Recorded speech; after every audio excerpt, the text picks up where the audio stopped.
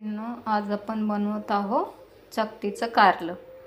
बघू शकता मी असे 200 ग्रॅम कारले घेतलेले आहेत। याला 2-3 पाण्याने धुवून नंतर असे कट केलेले आहेत।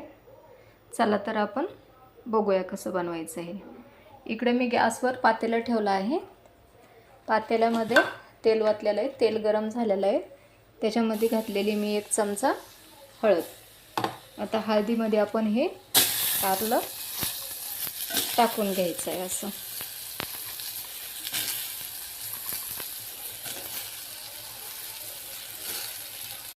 मीठ, हळद, थोडंसं लिंबूचा रस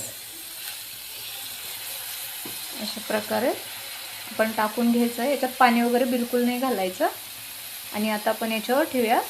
प्रकारे आपण याच्यावर झाकण ठेवलेलं आहे आणि त्याच्यावर असा जड खलबत्ता ठेवलेला आहे मी आणि गॅस कमी केलेला आहे। याला आता 10 मिनिटासाठी आपण असंच ठेवायचं आहे कमी गॅसवर।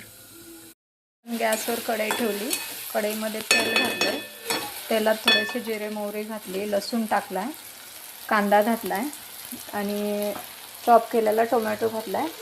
आता आपण आधी हळदी पावडर टाकली होती म्हणून आता थोडीशीच हळदी पावडर टाकायची। त्यानंतर घातला आहे आमचा कोल्हापुरी कांदा लसूण मसाला, थोडंसं धने पावडर, थोडंसं लाल तिखट।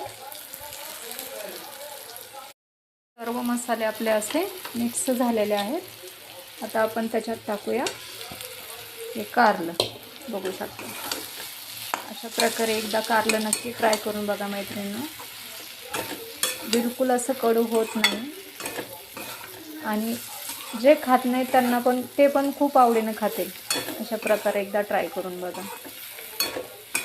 खूप सुंदर असं कारलं होतं आहे। अशा प्रकारे आपलं हे कारलं तयार।